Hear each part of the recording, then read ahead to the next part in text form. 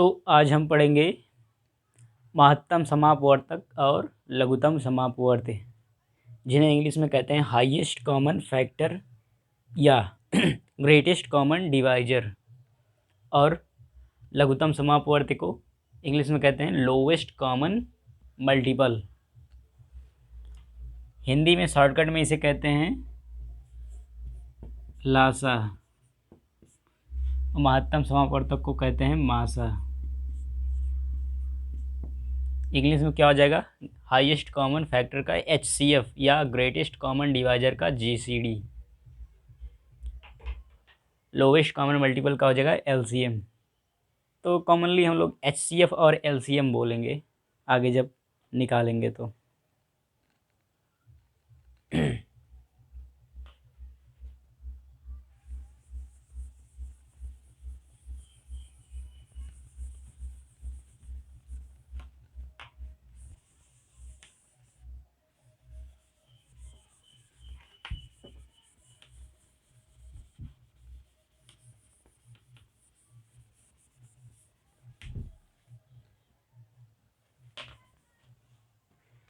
पहले हम लोग पढ़ेंगे महत्तम समापवर्तक। पहले जानते हैं अपवर्तक क्या होता है।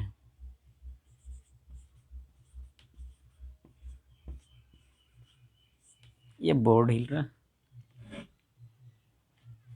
अपवर्तक इंग्लिश में इसको कहते हैं फैक्टर।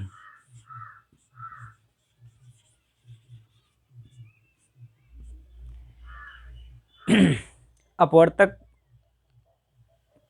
किसी संख्या का अपवर्तक वे संख्याएं होती हैं, किसी संख्या के अपवर्तक वे संख्याएं होती हैं जिनसे उस संख्या में पूरा पूरा भाग चला जाए या उनसे विभाजित हो जाए। जैसे मान लो हमें कहना है कि 12 यानी कि 12 का अपवर्तक लिखना है,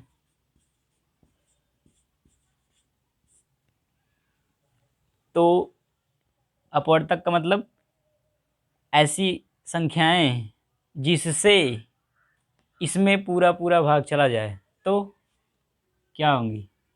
1 से 12 में भाग चला जाएगा, 2 से 2 छक 12, 3 चौक 12, 4 तियाँ 12, 6 दूना 12 और 12 इक्कम 12। तो अब समझ गए होगे कि अपवर्तक क्या है। अपवर्तक वे संख्याएं हैं जिनसे दी गई संख्या में पूरा पूरा भाग चला जाए।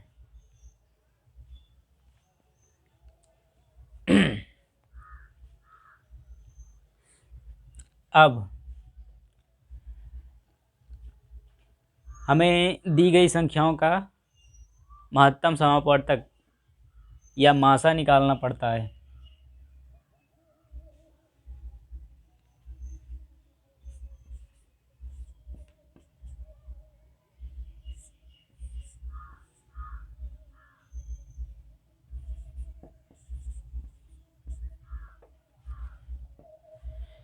शॉर्टकट में इसको हिंदी में मासा कहते हैं और इंग्लिश में HCF।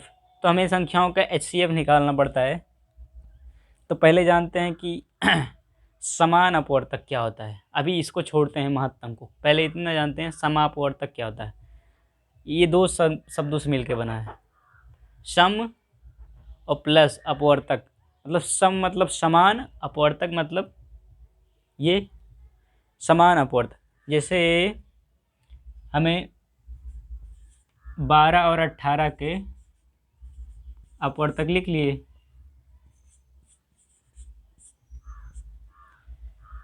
तो 18 का कितना होगा? 2 1 2 2 9 18, 3 छक 18, 6 त्रिक 18, 9 दूना 18 और 18 इक्कम 18। तो समान अपवर्तक इसमें कौन कौन से हैं? जौन दोनों में अपवर्तक हों। 12 और 18 में समान अपवर्तक कौन से हैं? 2 भी इसमें है, इसमें भी है, 3 है, इसमें भी है, इसमें 6 है, इसमें भी है। ठीक। अब हम जानते हैं महत्तम समापवर्तक पूरा मासा या HCF क्या होता है, हाईएस्ट कॉमन फैक्टर। हाँ, ये छोटे छोटे जो हैं ये सब इनके इंग्लिश में इनके फैक्टर हैं। और गणित के भाषा शुद्ध भाषा में बड़ी क्लास में इसको गुणनखंड कहते हैं। प्रत्येक छोटी छोटी चीज़ इनके गुणनखंड है। तो अब जानते हैं महत्तम समापवर्तक मासा या HCF 12 और 18 का मासा क्या होगा। तो महत्तम मतलब महा, बड़े से बड़ा। तो इसमें देखते हैं इन दोनों में बड़े से बड़ा अपवर्तक कौन सा है जो उन दोनों में है, समान है। एक दोनों में है, इससे बड़ा दो भी है, दोनों समान है, लेकिन इससे भी बड़ा है, 3 है दोनों में, 4 नहीं है, 6 है दोनों में। उसके बाद उससे बड़ा संख्या नहीं मिलेगा, 12 है इसमें, 9 है, 18। तो 6 सबसे बड़ी से बड़ी संख्या है जो दोनों में है, दोनों के अपवर्तकों में है 6। तो यही हो जाएगा 12 और 18 का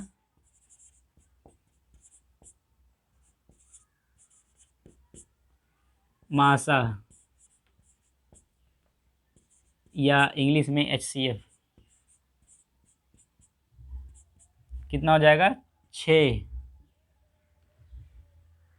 महत्तम समापवर्तक हाईएस्ट कॉमन फैक्टर, कॉमन मतलब जो दिए गए 2 या 3 संख्याओं में सब में हो, इन दोनों में 6 सबसे बड़ी से बड़ी संख्या है।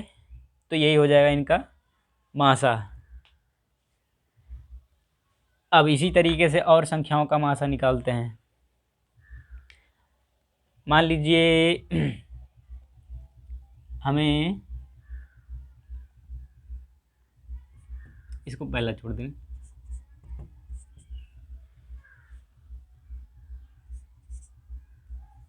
मान लीजिए 8 और 12 का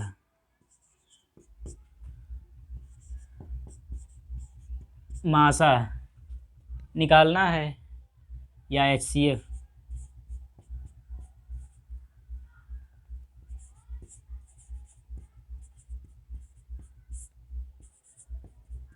तो पहले सबसे सिंपल वाले तरीके से करते हैं, आपको ताकि समझ में आ जाए मासा होता क्या है। तो पहले इनका क्या लिखेंगे, पहले 8 का अपवर्तक लिखते हैं।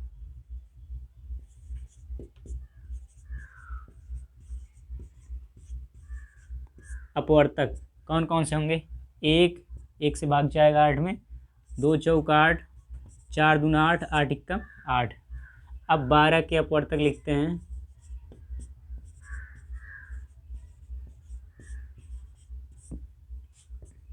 एक होगा, एक बरही में 12, एक से तो सभी में भाग चला जाएगा, तो एक सबका अपवर्तक है।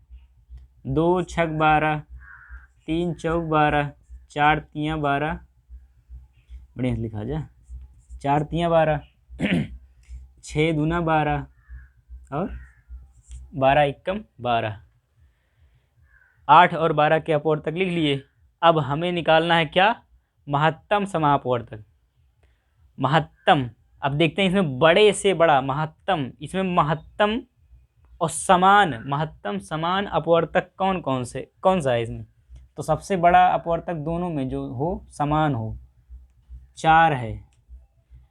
ये बड़े से बड़ा है अपवर्तक जो दोनों में है, इससे बड़ा नहीं मिल रहा है। देखो इसमें 8 है तो इसमें है नहीं, इसमें 6 है सबसे बड़ा तो इसमें नहीं है, तो 4 ही सबसे बड़ा अपवर्तक है जो दोनों में है। तो यही होगा महत्तम समापवर्तक, महत्तम समान अपवर्तक, बड़े से बड़ा समान अपवर्तक। तो यही हो जाएगा 8 और 12 का HCF। अगर इंग्लिश में आप लोग अगर आदत धराएंगे तो सही रहेगा, नहीं तो हिंदी में ही बता दे रहे हैं। 8 और 12 का मासा कितना होगा? 4। ठीक, चलो अच्छा, अब इधर देखते हैं। मान लीजिए हमें 6 और 15 का मासा निकालना है, HCF। हिंदी में लिखें या इंग्लिश में? चलो हिंदी में लिख दे रहे हैं, मासा या HCF। दोनों में है। चलो HCF क्या होगा, पहले ये ट्रेडिशनल तरीके से निकालते हैं, अभी दूसरा तरीका मैं बढ़िया वाला बता रहा हूँ। दो तरीके हैं, 6 के अपवर्तक लिख लो,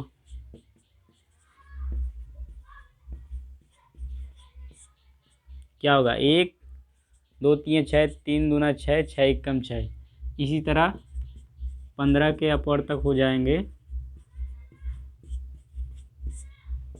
क्या, 1 15 15, 3 5 15, 5 3 15, 15 एकम 15। अब देखते हैं इन दोनों में बड़े से बड़ा अपवर्तक कौन है, जो दोनों में है समान अपवर्तक 3 है दोनों में, तो ये हो जाएगा 6 और 15 का मासा।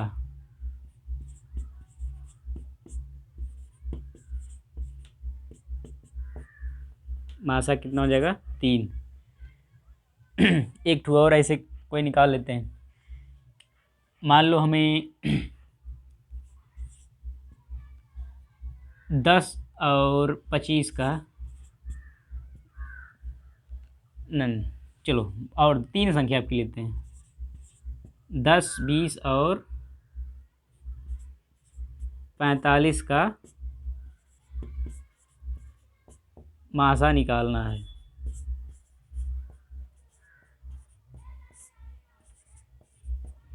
तब पहले 10 के अपवर्तक लिख लेते हैं,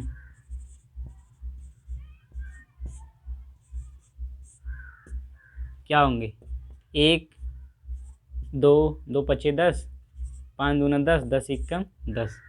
इसी तरह 20 के अपवर्तक क्या होंगे, 1 2 दाएं 20, 4 पंजे 20, 5 चौके 20, 10 दूना 20, 20 एकम 20। उसी तरह 45 के अपवर्तक क्या होगा, ये देखो ये चिन्ह लगा है ताकि ये इसका मतलब ऊपर वाला भी यहाँ लिखा जाएगा।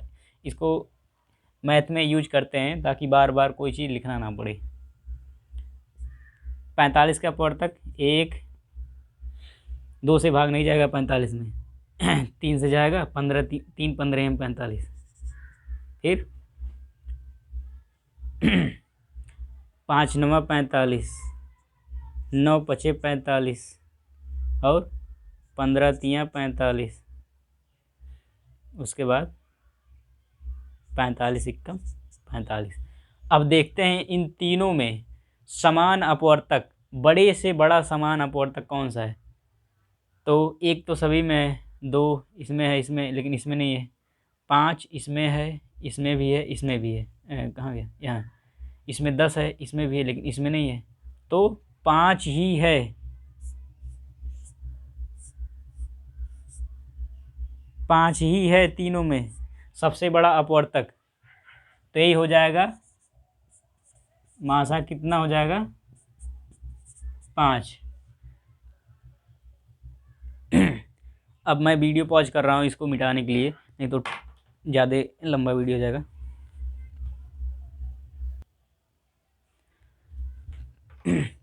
अब हम लोग मासा निकालने की पहली विधि जानते हैं, उसको कहते हैं गुणनखंड विधि।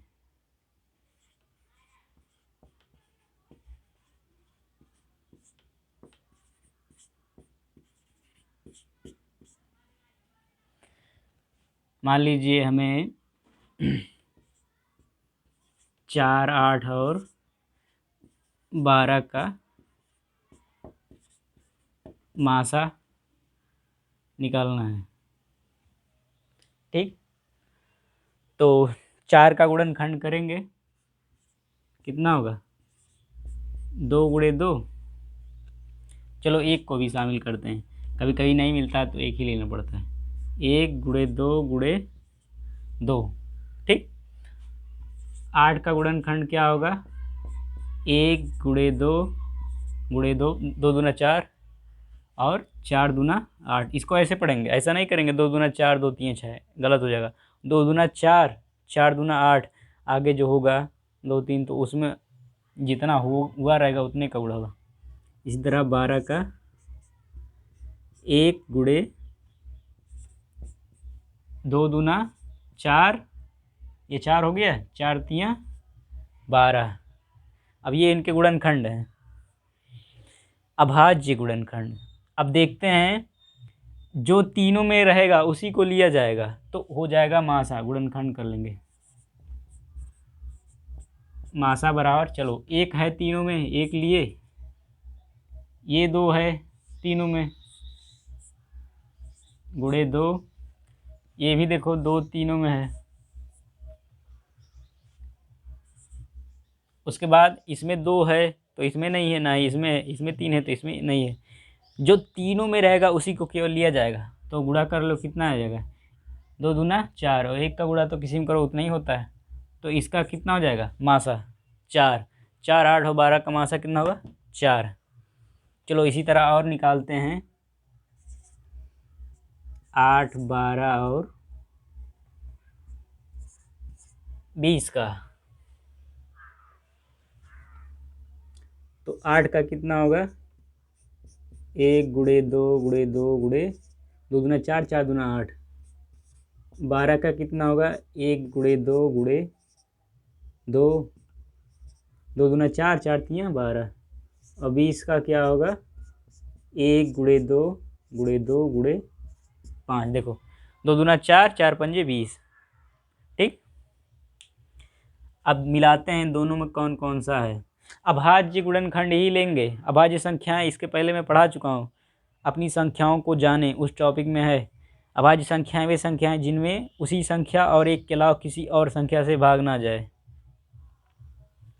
तो दो इसमें है तीनों में, ये लेंगे और ये दो, अब बाकी नहीं मिल रहा है, तो मासा कितना हो जाएगा, इसमें भी मासा चार आ गया। दो गुणे दो बराबर चार, और एक का गुणा करोगे उतना ही होगा, एक भी लोगे। ये तो हो गई गुणनखंड विधि। और भी एग्जाम्पल ले लेते हैं। मान लो हमें, चलो ये कितना होगा, पहला दूसरा, अब ये तीसरा। 6 9 और 18 का मासा निकालना है। तो 6 का गुणनखंड कितना होगा, एक गुणे दो गुणे तीन, दो तियाँ 6। 9 का गुणनखंड कितना होगा, एक गुणे तीन, तीन त्रिका 9। इसमें गुणे दो करोगे, किसी में भी दो का गुणा करोगे 9 नहीं होगा। 18, एक गुणे दो गुणे तीन, देखो एक दूना दो, दो तियाँ 6, 6 त्रिक 18। अब देखते हैं, जो तीनों में होगा वही लेंगे, तो मासा कितना होगा, एक है, चलो एक ले लेते हैं। और देखो तीन है तीनों में, और बाकी देखो इसमें दो है, इसमें है लेकिन इसमें नहीं है तो नहीं लेंगे। या इसमें भी तीन है, इसमें भी है लेकिन इसमें एक्स्ट्रा तीन नहीं है तो नहीं लेंगे। जो तीनों में मिलेगा एकदम से उसी को। तो मासा कितना हो गया, तीन। और एग्जाम्पल ले लेते हैं। चलो 10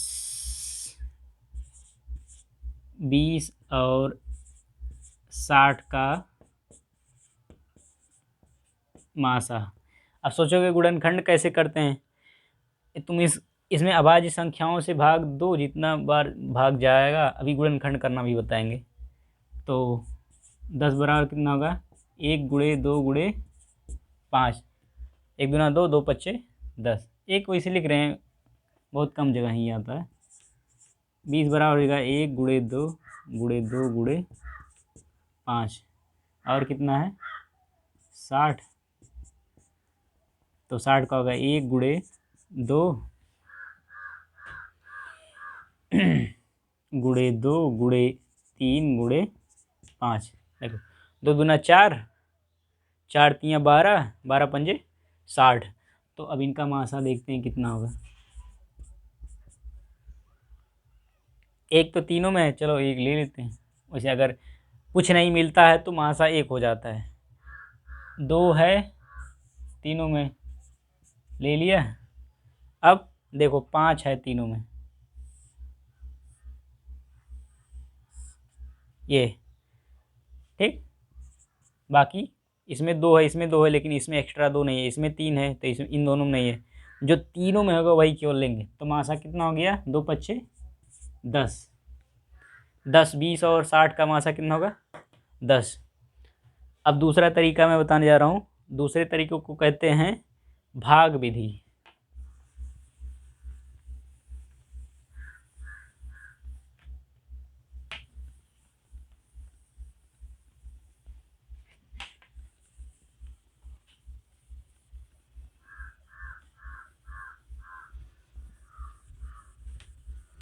भाग विधि बहुत ही आसान होता है।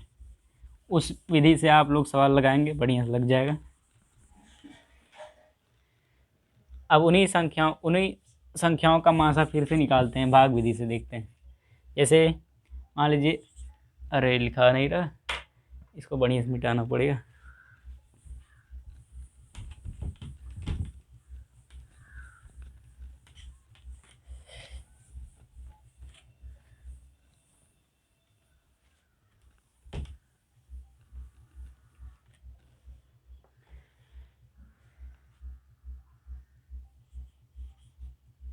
नहीं चल रहा, भाग विधि।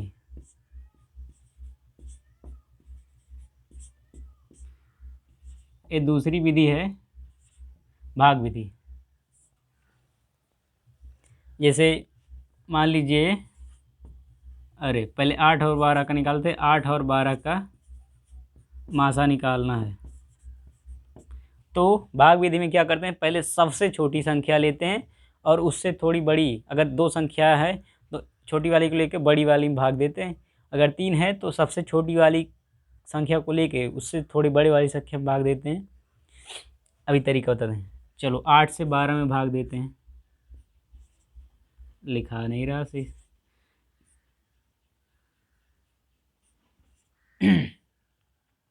8 एकम 8, घटाओ 4 बचेगा। अगर पूरा पूरा भाग नहीं गया तो जितना शेष बचा रहेगा उससे इसमें भाग देंगे। 4 दूना 8, चला गया भाग। अब इसी से इसमें भाग देंगे। 4 तियाँ 12। अगर भाग चला गया तब तो यही जिससे भाग गया है दोनों में वही हो जाएगा मासा। अगर भाग नहीं गया तो फिर जितना शेष बचेगा उससे इसमें भाग देंगे, फिर इसमें। फिर अगर मान लो इसमें चला गया, इसमें नहीं गया, या इसमें नहीं गया इसमें चला गया, तो जितना शेष बचेगा उससे उसमें भाग देंगे। तो ऐसा करते करते ये कम होता जाएगा, 1 तक आ सकता है। तो मासा कितना हो गया, मासा हो गया 4। 4 से दोनों में भाग चला गया। अब मान लो 8, 12 और 16 का मासा निकालना है। ठीक,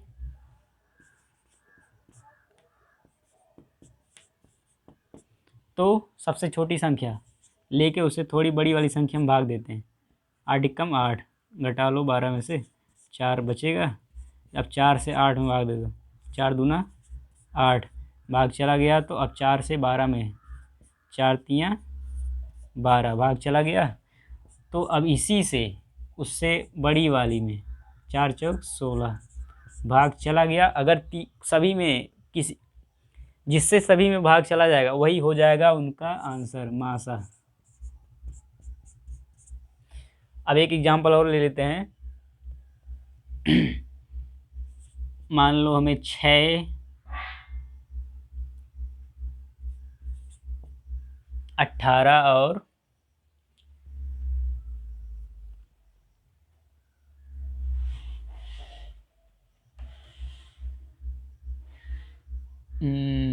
21, ये साफ नहीं लिखा रहा। 6, 18 और 21 का मासा निकालना है। तब सबसे छोटी संख्या लेंगे, उससे थोड़े बड़ी वाली संख्या में भाग देंगे। 6 त्रिक 18, अगर भाग चला गया तब तो उससे अगली वाली में फिर इसी से भाग देंगे। ठीक, अब इसमें कितना बार जाएगा, 6 त्रिक 18, 6 चौक 24, ये तो 21 है, 3 बार ही जाएगा। 6 त्रिक 18, 21 में से 18 घटाओ, कितना बचेगा 3 बचा है। अब 3 से इसमें भाग देंगे 6 में, 3 दूना 6 घटाए, ख़त्म हो गया। अब चला गया तो 3 से फिर अगले वाले में 18 में, 3 छक 18 भाग चला गया। अब फिर 3 से इसमें 21 में, 3 सत्ती 21, मतलब 3 से सभी में भाग चला गया तो क्या होगा, मासा कितना होगा 3। ठीक, और एग्जाम्पल लेते हैं, मिटा दे रहा हूँ, इससे नहीं मिटाऊंगा, लिखता नहीं है, ओह इससे तो गड़बड़ हो जा रहा है, इससे मिटाएंगे।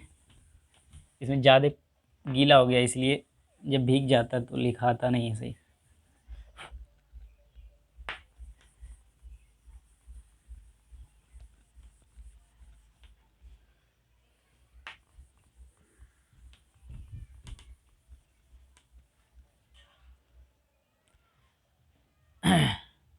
चलो और एग्जाम्पल लेते हैं, यहाँ तो लिखा नहीं रहा।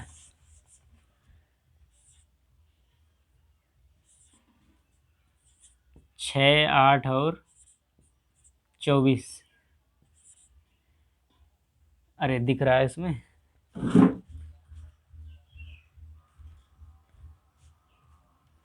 मान लो 6, 8 और 24 का मासा निकालना है, तो सबसे छोटी संख्या से उसे थोड़ी बड़ी वाली संख्या में भाग देंगे। 6 एकम 6 घटा लो, 2 बचेगा। अब 2 से 6 में भाग दो, 2 तियाँ 6 भाग चला गया। तब 2 से ही 8 में भाग देंगे, 2 चौक 8 कट गया, तो 2 से ही 24 में भाग देंगे। कितना बार जाएगा, 2 बार ही हम 24, अरे या तो ऐसे कर दो, 2 एकम 2 ख़त्म, 4 लिया, 2 दूना 4, या डायरेक्ट तुम्हें पढ़ा आता है 12 दूना 24 कर दो। तो मासा कितना हो जाएगा, मासा बराबर 2। चलो एक और एग्जांपल लेते हैं, अब की ऐसा लेंगे कि एक आया आंसर। चलो मान लो 4,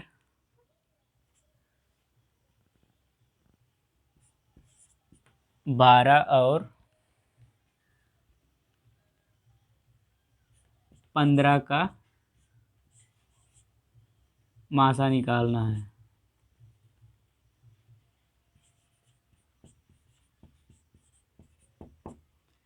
तो पहले सबसे छोटी वाली संख्या से उससे बड़ी वाली, 4 तियाँ 12, अच्छा इसमें तो भाग चला गया। अब इसी से 15 में तो कितना बार जाएगा, 4 चौक 16 ज़्यादा हो जाएगा, 4 तियाँ 12 घटाए, 15 में से 12 घटाए 3 बचा। अब 3 से इसमें भाग देंगे 4 में, 3 एकम 3 घटा लो 1 बचा।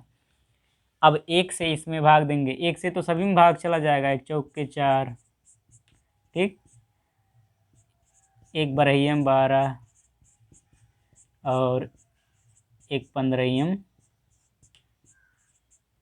15, मतलब अगर शेषफल लास्ट में 1 आ गया तो इनका मासा कितना हो जाएगा,